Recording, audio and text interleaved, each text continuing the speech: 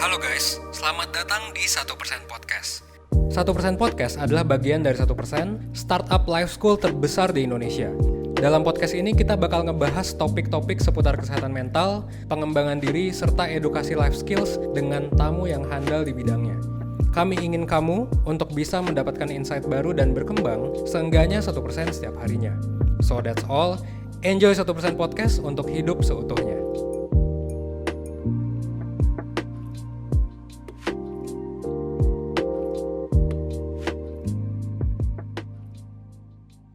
Halo Perseners, kembali lagi di podcast 1%. Bersama dengan aku Andrea, mentor 1% sebagai host di episode kali ini. Nah, Perseners ada nggak sih yang punya pasangan cemburuan? Atau mungkin Perseners merasa sering cemburuan ke pasangan? Ini topik yang cukup seru buat dibahas nih. Emangnya kenapa sih kalau kita bisa cemburu? Nah, lebih lanjutnya akan dibahas di podcast ini bersama dengan Kak Inta selaku mentor di 1%. Hai Kak Inta, gimana kabarnya Kak Inta? Hai Kak Andrea, apa kabar? Baik-baik aku. Aku juga baik-baik. Nah, kali ini kita bakal ngobrol-ngobrol lebih dalam tentang cemburu kan ya Kak? Sebelumnya Kak Inta ada nggak sih pengalaman yang berkaitan dengan ini? Oh tentu ada. Kayaknya, aku nggak tahu sih. Aku valid apa enggak ngomong kayak gini. Ini bukan scientific ya teman-teman. Tapi kayaknya pasti orang one way or another pernah merasakan cemburu ya gitu. Gak hanya ngomongin dari hubungan romantis aja, tapi mungkin cemburu sosial juga maybe gitu. Jadi mungkin aku ngerasa orang-orang pasti pernah ngerasain sih gitu. Kalau aku spesifik mungkin cemburu sosial ada, cemburu romantis ada gitu ya. Kalau misalnya Kak Andrea sendiri pernah nggak ngerasa cemburu? Pastinya pernah dong Kak. Ya tadi ya sama kayak Kak Inta ya, cemburu di hubungan romantis pernah, cemburu sosial pernah juga. Pasti ini relatable juga sih ke Perseners ya, tentang cemburu ini gitu. Karena kayaknya kebanyakan orang pernah merasakan cemburu. Nah, dari tadi kita ngomongin cemburu-cemburu. Apa sih Kak sebenarnya cemburu itu Kak Inta? Adakah definisi khususnya atau gimana? Oke, mungkin kalau misalkan cemburu kali ini di podcastnya yang episode ini aku spesifikin ke hubungan romantis kali ya Kak Andrea ya. Jadi kalau misalkan cemburu di hubungan romantis ini memang perasaan yang kita rasakan pada saat kita takut gitu ya kehilangan seseorang yang penting buat kita. Itu paling gampang ya. Jadi kita takut we have someone that we love, that we care about, dan perasaan cemburu itu datang pada saat kita takut nih kehilangan orang tersebut gitu karena adanya orang lain gitu. Itu sih paling perasaan cemburu gitu, dan itu banyak implikasinya ya. Ada yang bilang juga bahwa perasaan cemburu ini menunjukkan bahwa ada sesuatu di hubungan kalian yang kamu nggak puas. Jadi itu kayak di dalam diri kita yang mungkin kita nggak sadari keluar jadi cemburu kayak gitu. Tapi balik lagi, kalau cemburunya sendiri adalah ya kita takut kehilangan orang yang kita sayangi ini gitu. Oke, Kak Inta tadi kan udah ngejelasin sedikit ya tentang cemburu gitu, yang mana sebuah perasaan takut kehilangan seseorang gitu kan. Nah, kenapa sih Kak kok kita ini bisa merasa cemburu? Nah, ini juga menarik banget sih. Jadi begitu aku baca-baca tuh sebenarnya ada dua pandangan yang berbeda nih. Tapi mungkin sebenarnya dua pandangan ini nggak bisa dipisahkan sepenuhnya juga. Mungkin aja mereka saling melengkapi. Tapi in general mereka tuh agak ngambil stance yang berbeda gitu. Ada pandangan yang emang benar-benar melihat bahwa cemburu itu bagian, ini mungkin sering didengar ya Andrea ya, bagian dari insecurity kita sendiri. Itu adalah bentuk self-kritik kita gitu. Dan biasanya individu yang sering cemburuan adalah individu dengan neuroticism yang tinggi gitu, dan atau ada kecenderungan fear of abandonment juga. Nah itu semua psikologis banget tuh gitu in a way gitu ya. Dan itu dibalikin lagi ke aspek-aspek diri kita gitu ya. Itu dan biasanya tuh tumbuh dari bagaimana childhood kita, bagaimana kita tumbuh dan berkembang sehingga ada perasaan-perasaan itu dalam diri kita sehingga kita gedenya tumbuh menjadi individu yang lebih sering cemburu gitu dibandingkan individu lainnya in general. Di sisi lain ada juga pandangan yang ngelihat bahwa sebenarnya jealous itu atau cemburu itu is not necessarily a bad thing. Ada yang ngelihat bahwa cemburu itu sebenarnya proses adaptif, adalah sebuah defense atau cara pertahanan untuk melindungi diri kita sendiri. Ada yang lain juga melihat bahwa cemburu itu sebenarnya menunjukkan bagaimana kita mempunyai nilai-nilai tertentu yang lebih tinggi terkait komitmen, terkait monogami, terkait cinta, yang membuat kita jadi mau berdiri untuk diri kita sendiri. Jadi mulai ada perasaan kalau misalkan, gue gak pantas nih diperlakukan seperti ini. Itu kan berarti kita punya nilai-nilai tertentu yang merasa, we deserve better than this. Nah, itu like I said, itu kayak dua yang berbeda, tapi sebenarnya gak bisa dipisahkan secara gamblang gitu ya. Sebenarnya bisa aja it happen in one person. at the same time. Tapi sebenarnya kalau misalkan dari sisi aku ya Kak Andrea ya, no matter what the reason, apapun alasannya, mau yang tadi lebih ke arah insecurity atau lebih ke arah oh ini emang value kita kayak gini. Perasaan kita, kecemburuan kita itu valid.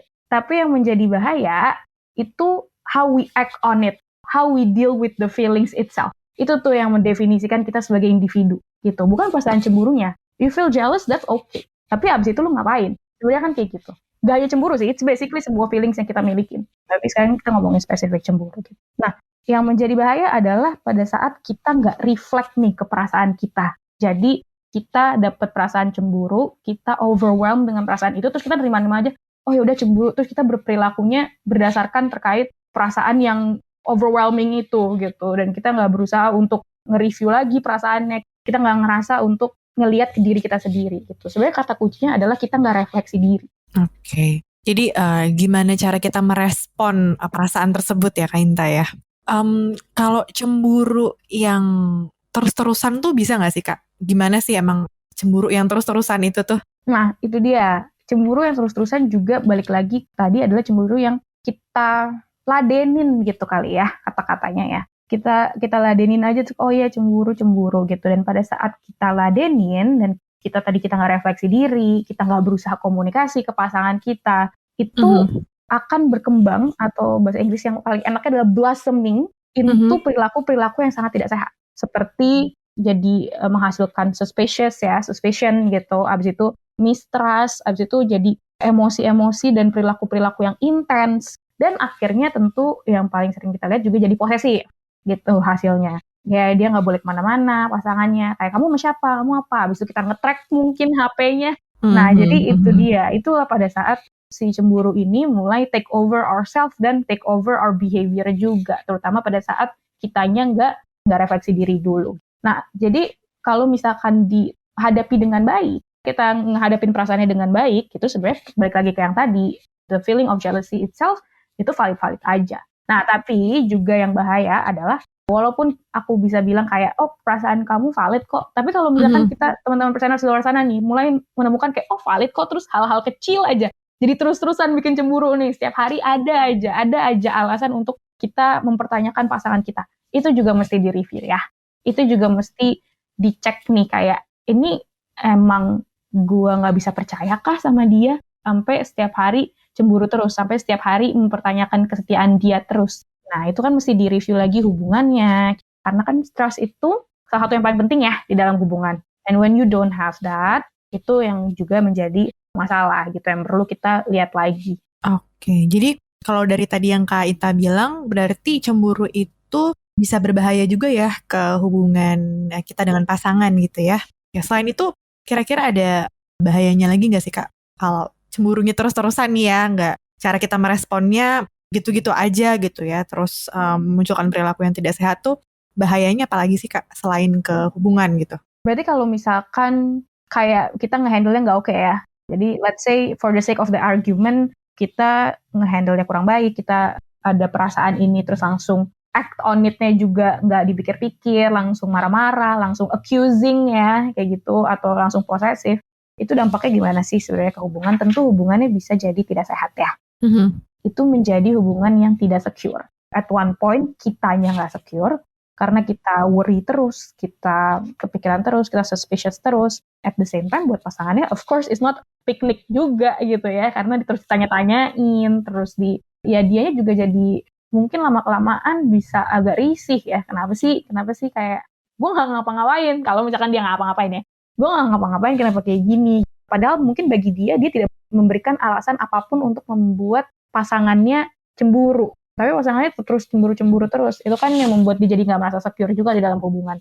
Balik lagi, kalau kita berhubungan di cemburu, base-nya adalah trust. Trust tuh kayak dasar banget. Itu udah teori hubungan interpersonal di mana-mana. Memang itu dasar gitu. Dan pada saat itu tidak ada, hubungannya jadi tidak sehat, hubungannya jadi tidak secure. Dan mungkin walaupun gak berdampak dalam waktu dekat, tapi mungkin jangka panjangnya bisa bikin hubungannya tidak berhasil kalau nggak dihandle dengan baik. Aku kepikiran satu hal nih Kak Inta yang pengen aku tanyain ke Kak Inta gitu. Berarti rasa cemburu ini juga bisa merupakan bentuk trauma respons ya Kak Inta ya? Yes, very good question. Bener banget sih gitu. Nah itu mungkin balik lagi ke tadi ya, yang insecurity, self-critic, sama self-esteem gitu. Tadi kan aku juga mention ini mungkin perkembangan dari childhood berdampak ke diri kita sekarang. Selain childhood, itu tuh kayak major life events ya, kata-katanya biasanya kalau misalnya di psikologi. Hal-hal yang terjadi di hidup kita yang berdampak sangat signifikan, sehingga itu ngefeknya ke diri kita. In a way agak mengubah diri kita, biasanya berhubungan dengan grieving atau disakitin gitu ya. Jadinya yang tadinya mungkin dia gak cemburuan, terus tiba-tiba sayangnya dia disakitin atau dikhianatin di suatu hubungan. Jadinya di hubungan-hubungan setelahnya itu trauma responsnya adalah dia jadi cemburuan sekarang gitu. Dan balik lagi itu juga menjadi defense untuk melindungi diri sendiri. Oke, menarik nih. Nah, tadi kita udah ngobrol-ngobrol banyak nih ya Kak tentang cemburu, kenapa kok bisa, terus kayak gimana memang bentuknya kalau secara terus-terusan, bahayanya apa aja. Sekarang gimana sih Kak caranya supaya kita ini bisa overcome rasa cemburu itu sendiri?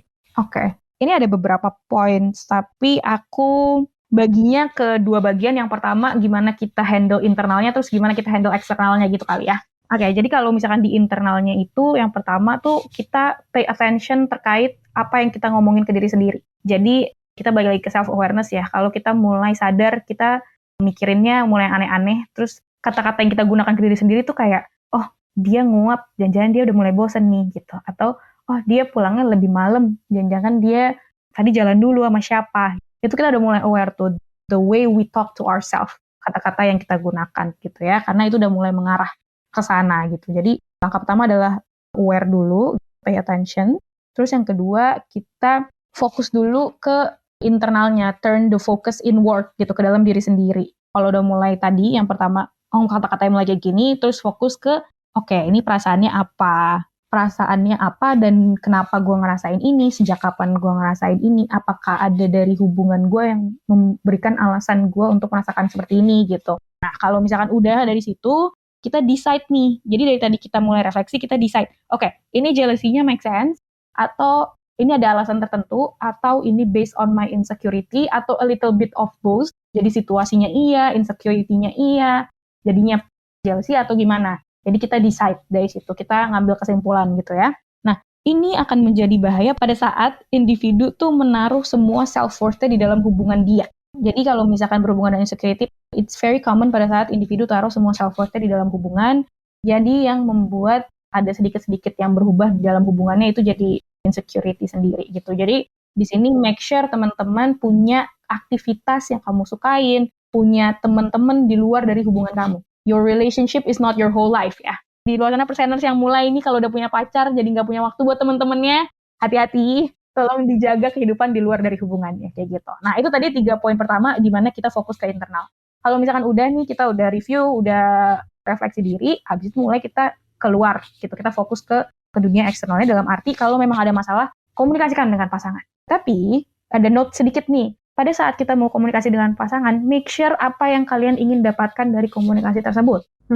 Jangan sampai kayak I just want to blame them. Tapi kayak apa aku pengen nge-clear nih situasi, I want to tell them my feelings gitu ya, komunikasiin aja atau apa, what do you expect from the conversation. Nah, abis itu selanjutnya adalah stay calm. Tapi stay calm-nya bukan kayak, oh ya udah tenang aja, bukan. Tapi maksudnya dalam membicarakannya, ada 2 pilihan. Yang pertama, biasanya itu adalah heated conversation ya, yang mulai percakapannya intens, terus kayak mulai salah-salahan gitu. Jangan lakukan itu, tapi yang diharapkan adalah a thoughtful conversation. Gimana kita lebih suggested gitu ya, untuk ngomongin kayak kenapa perasaannya ada, terus gimana nih kita menghadapi perasaan ini sebagai pasangan. Itu yang lebih membantu dibandingkan kita accusing, kamu gini-gini ya, kamu gitu-gitu ya, and so on and so forth. Nah, dalam conversation ini tentunya pasti banyak banget teori yang bisa dipakai tuh. Ada teori komunikasi hubungan interpersonal tuh, ada yang ngomongin assertiveness, atau misalkan ada ngomongin soft startup, gimana kita mulainya juga gak langsung nyala-nyalahin tapi pelan-pelan, dan juga I statement ya yang paling sering juga. Lebih ke aku ngerasa gini-gini-gini, bukan kamu kayak gini-gini gitu. There's a whole art in the conversation, tapi intinya adalah bagaimana stay calm itu dalam conversation-nya kita lebih fokusnya ke collaborating dengan pasangan untuk mengetahui apa yang terjadi dan gimana cara ngadepinnya, rather than blaming. Yes.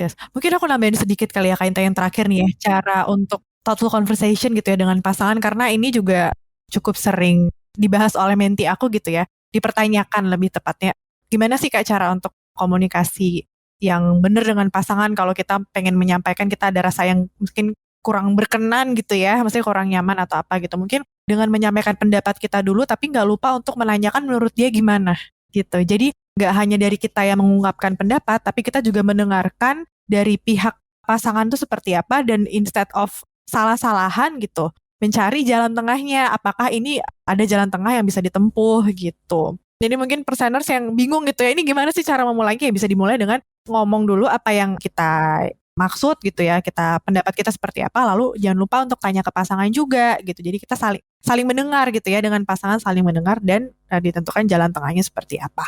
Oke, seru banget nih kita ngobrol ya Kak Inta ya. Jadi mungkin aku boleh simpulkan sedikit ya Kak Inta. Jadi cemburu itu apa sih? Jadi cemburu itu adalah perasaan takut kehilangan seseorang. Nah, sebenarnya yang lebih matters cemburu ini tuh adalah gimana cara kita untuk merespon perasaan tersebut gitu. Apakah kita bisa merespon dengan baik atau malah memunculkan perilaku yang tidak sehat. Dan kenapa sih kok kita itu bisa cemburu?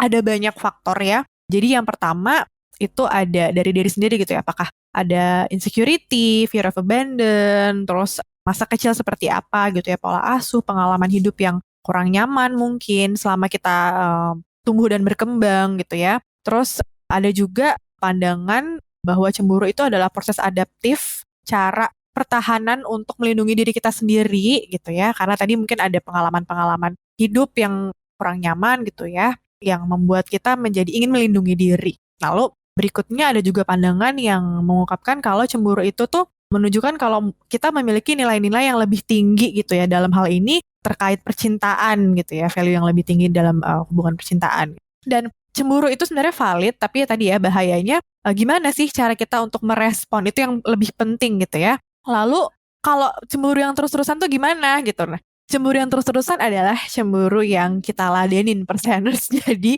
misalkan perilaku-perilaku yang tidak sehat gitu ya, kayak misalnya curigaan, jadi nggak percaya, jadi posesif gitu ya. Ini yang paling sering terjadi adalah posesif gitu ya, kalau misalnya kita cemburu.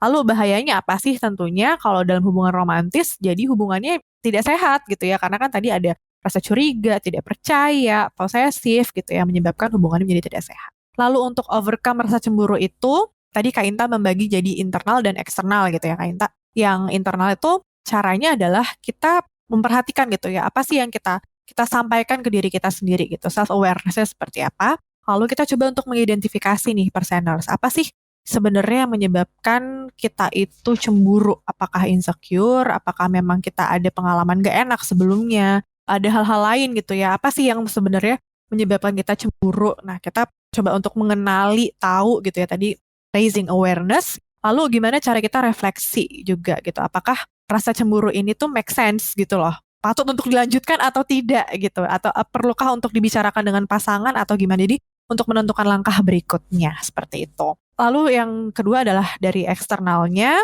itu adalah dengan mengkomunikasikan apa yang membuat kita nggak nyaman. Perasaan cemburu ini dikomunikasikan dengan pasangan, dan pada saat proses mengkomunikasikan ini kita juga harus make sure apa sih yang sebenarnya pengen kita dapatkan, jalan keluarkah atau berantem kah atau apa. Tapi kan pastinya nggak pengen berantem ya, pastinya pengen jalan keluar. Dan dalam proses komunikasinya ini juga membangun pembicaraan yang tenang, dengan kepala dingin gitu ya, nggak saling menyalahkan tapi mencari jalan tengahnya. Kak Inta, thank you banget ya untuk ngobrol-ngobrolnya kali ini, seru banget dan relatable banget nih Kak Inta. Semoga perseners juga mendapatkan insight baru ya dari obrolan-obrolan tentang cemburu ini. Nah, perseners, kita sudah di penghujung podcast nih. Untuk perseners yang pengen mendapatkan insight baru lagi tentang berbagai hal yang berkaitan dengan psikologi dan kesehatan mental, boleh coba cek podcast-podcast kami yang lain. Atau mengunjungi media sosial lainnya dari 1%. Ada YouTube dan Instagram. Boleh juga nih kalau pengen tahu lebih lanjut tentang 1%, layanannya ada apa aja, silahkan mengunjungi website kami di 1%.net. Teman-teman bisa ikut mentoring, konseling dengan psikolog dan profesional lainnya. Kalau ikut mentoring nanti bisa ketemu dengan aku dan Kak Inta.